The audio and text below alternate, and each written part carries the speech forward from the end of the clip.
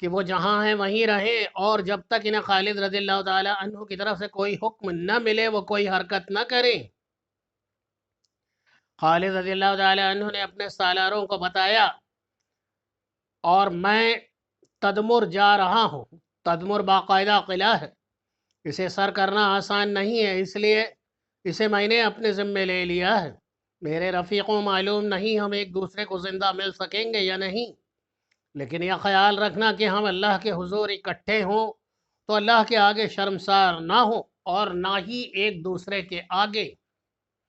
خالد رضی اللہ تعالی عنہ کے ساتھ مجاہدین کا جو لشکر تھا، اس کی تعداد 9,000 پوری نہیں تھی۔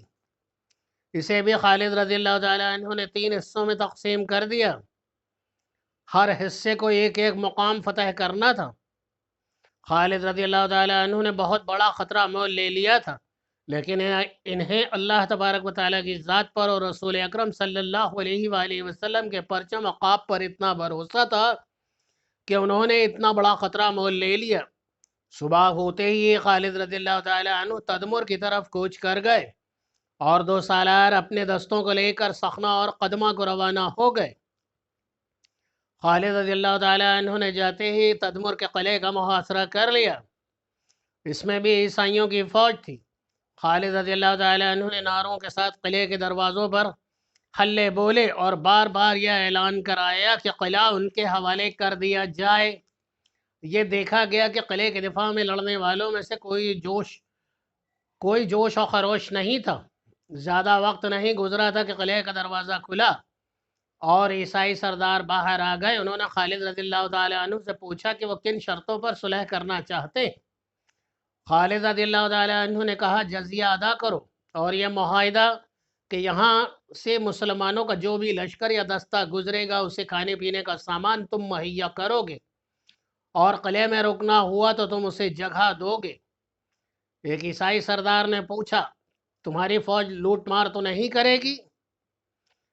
خالد رضی اللہ تعالی عنہ نے کہا، جزیے کے عوض تمہاری عزت، تمہاری جانوں اور تمہارے اموال کی حفاظت ہماری ذمہ داری ہوگی۔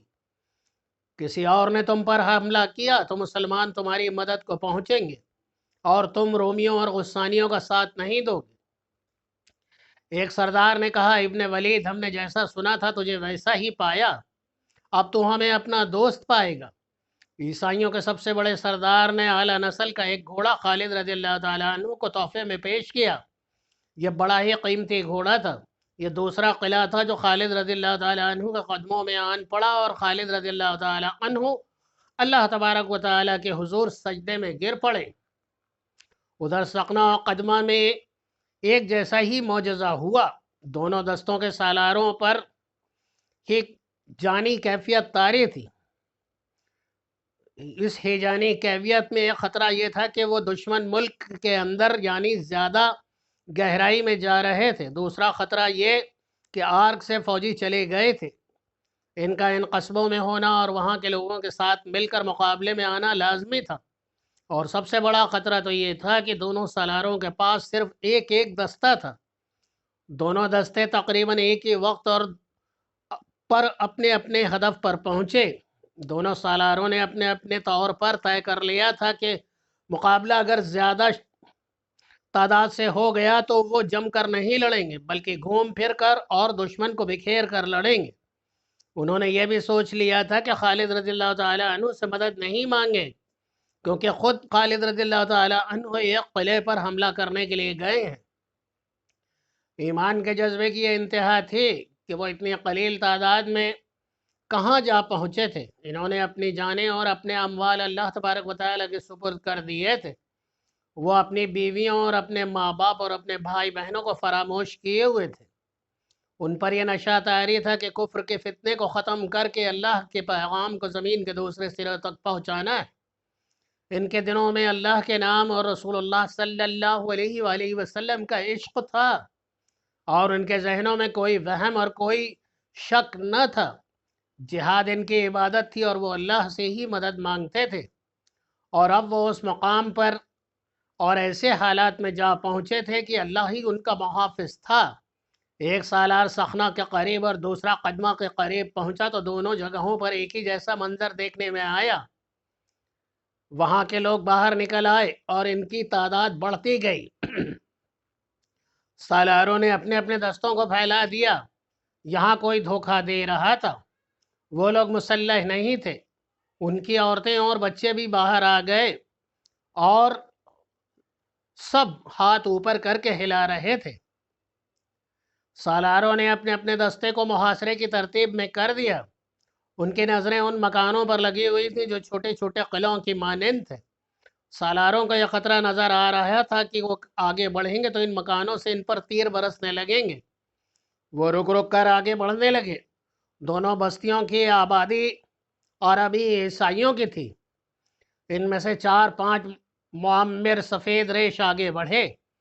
قریب آ کر انہوں نے استقبال کے انداز میں بازو پھیلا دیے۔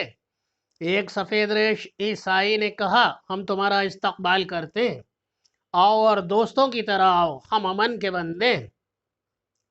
سالار نے کہا، اور اگر ہم پر ایک بھی تیر آیا تو اس بستے کی تباہی دیکھ کر بھی یقین نہیں کرو گے۔ ایک عیسائی بزرگ نے کہا، مکانوں کے دروازے کھلے ہیں، آبادی کا ایک بچہ بھی اندر نہیں، دیکھ لو کسی کے ہاتھ میں کمان نہیں، برچے نہیں، تلوار نہیں۔ سالار نے پوچھا، کہاں ہیں وہ جو آرک سے آئے تھے؟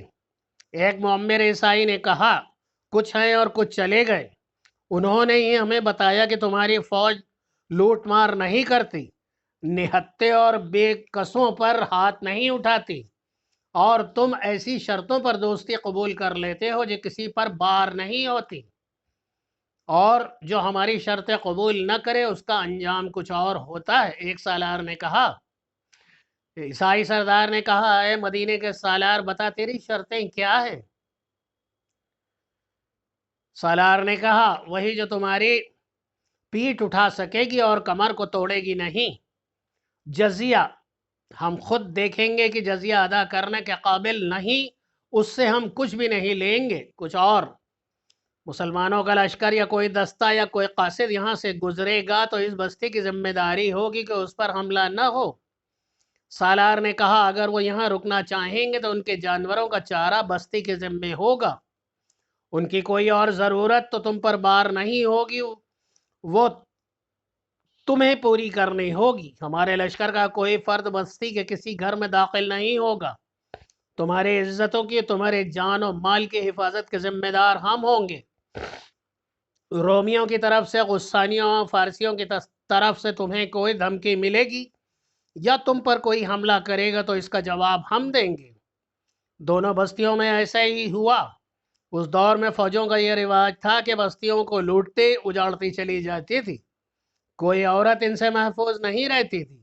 جو آبادیاں ان کے آگے جھک جاتی تھی، ان کے ساتھ تو فاتح فوجیں اور زیادہ برا سلوک کرتی تھیں۔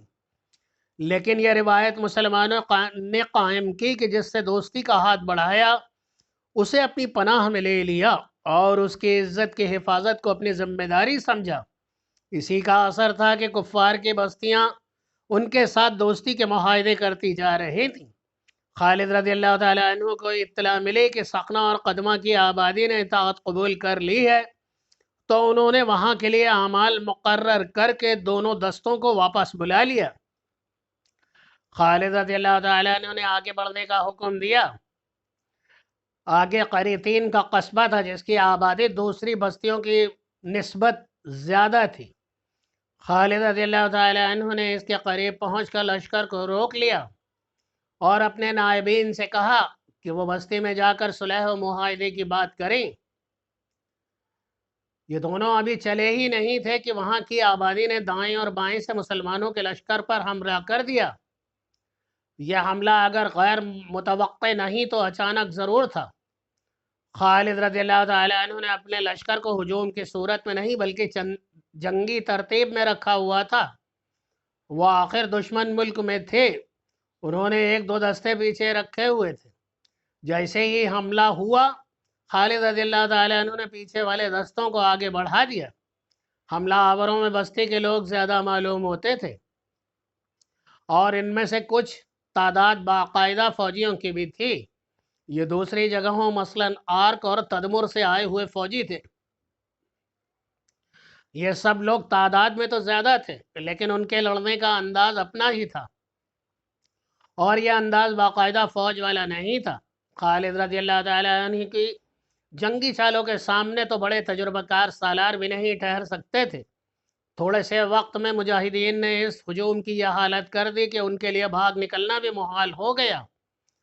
چونکہ یہ جنگ تھی اور مسلمانوں پر باقاعدہ حملہ ہوا تھا، اس لیے خالد رضی اللہ تعالیٰ عنہ نے جنگی اصولوں کے تحت احکام دیے۔ مسلمانوں نے بستی پر حملہ کیا اور مال غنیمت اکٹھا کیا، قیدی بھی پکڑے اور آگے بڑھے۔ اب خالد رضی اللہ تعالیٰ عنہ پہلے سے زیادہ محتاط ہو گئے تھے۔ جیسے جیسے وہ آگے بڑھتے جاتے تھے، دشمن قسم کے لوگوں سے واسطہ پڑتا جاتا تھا۔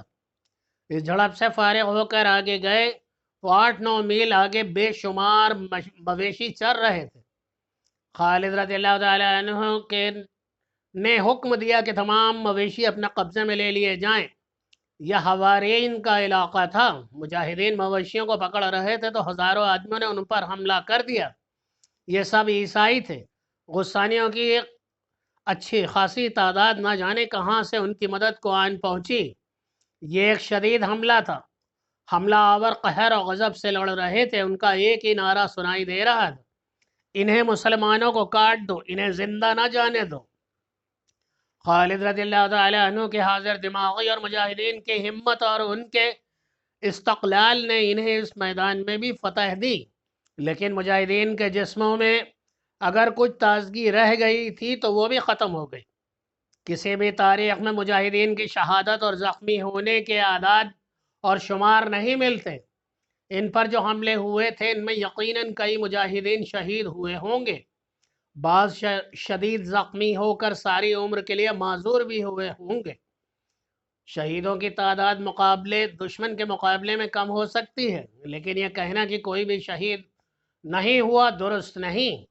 اس طرح مجاہدین کی تعداد کم ہوتی جا رہی تھی اور قمق کی کوئی امید نہیں تھی، پھر بھی مجاہدین سیلاب کے مانند آگے بڑھے جا رہے تھے۔ خالد رضی اللہ تعالیٰ عنہ اب زنجیروں والی خود جس پر وہ سرخ امامہ باندھے رکھتے تھے رات کو اتارتے تھے۔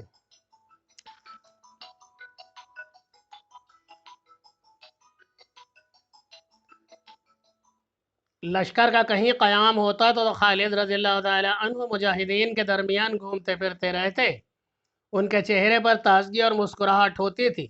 ان کے مسکراہٹ میں طلسماتی سا تاثر تھا جو مجاہدین کے حوصلوں اور جذبوں کو تر و تازہ کر دیتا تھا۔ حواری کے لوگوں کو شکست دے کر خالد رضی اللہ تعالیٰ عنہ نے وہاں صرف ایک رات قیام کیا اور صبح دمشق کی طرف کوچ کر گئے۔ شام اور لیبنان کے درمیان یہ علاقہ سلسلہ کوہ ہے۔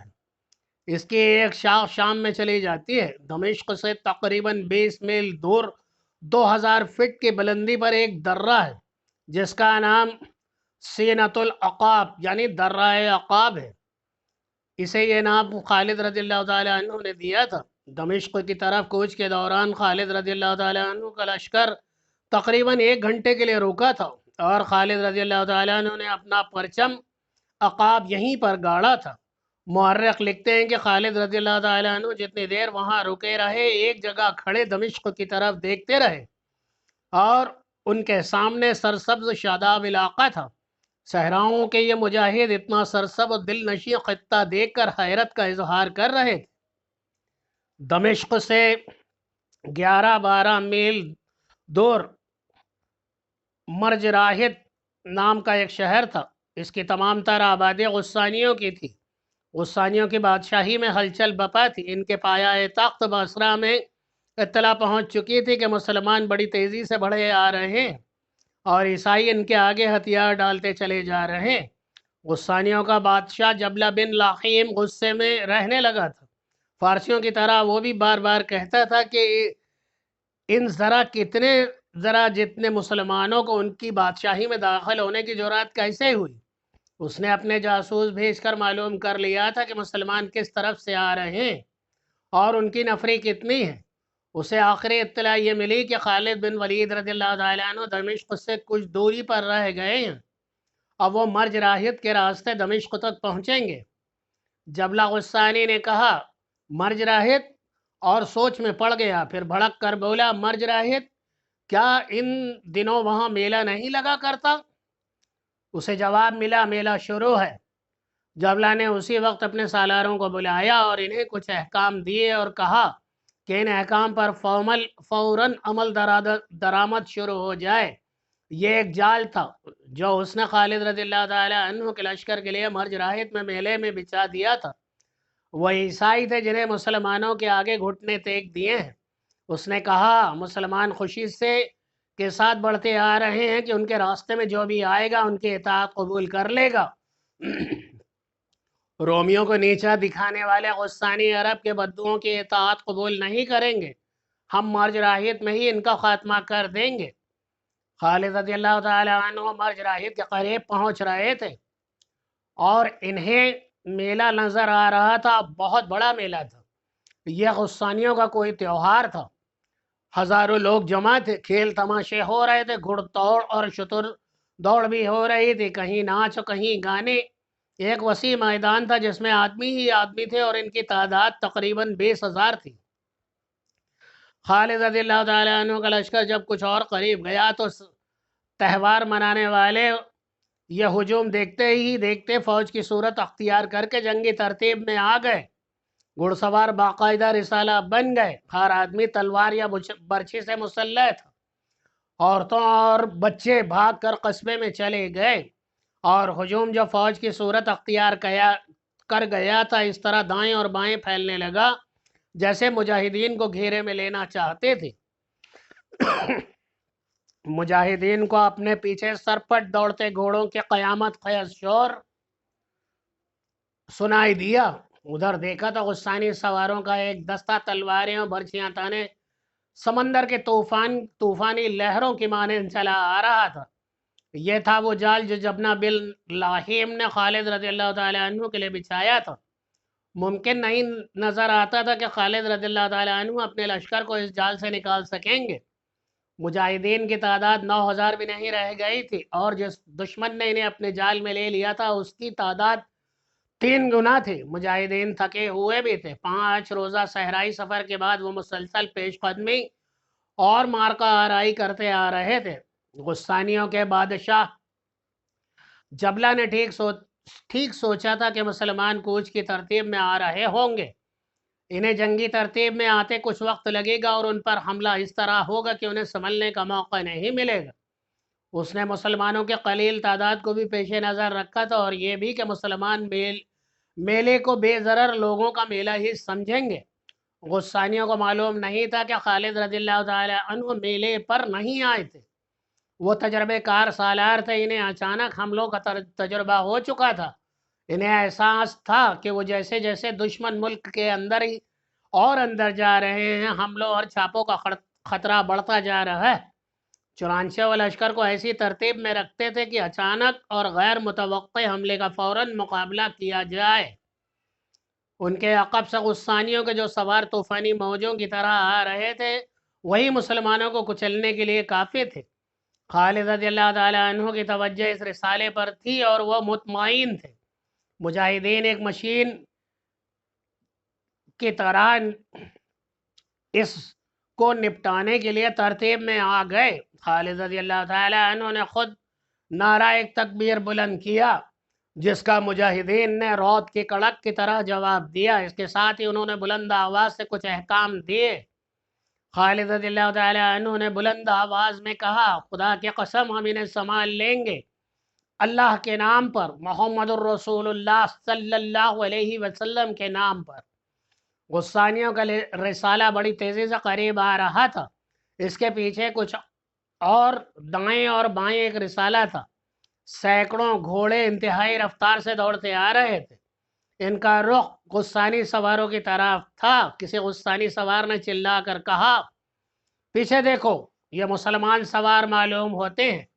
پیچھے سے آنے والے سوار مسلمان ہی تھے۔ یہ مجاہدین کے لشکر کا عقبی یعنی ریئر گارڈ حصہ تھا۔ ان سواروں نے غسانی سواروں کو آن لیا۔ غسانی سوار اس حملے کے لیے تیار نہیں تھے۔ ان کا حلہ یعنی چارج بے ترتیب ہوتے ہوتے رک گیا۔ ادھر سے خالد رضی اللہ تعالیٰ عنہ نے اپنے سوار دستے کو تیز حملے کا حکم دیا۔ غسانی سوار گھیرے میں آ کر سکڑنے لگے۔ پھر وہ اتنے سکڑ گئے کہ ان کے گھوڑوں کے قدم بھی ایک قدم دائیں اور بائیں ہلنے جلنے کی جگہ نہ ملی۔ اس کے ساتھ ہی خالد رضی اللہ تعالی عنہ نے شتر سوار تیر اندازوں کو میلے والے لشکر پر تیر برسانے کا حکم دے دیا، دوسرے دستوں کو دشمن کے پہلوؤں پر حملے کے لیے بھیج دیا۔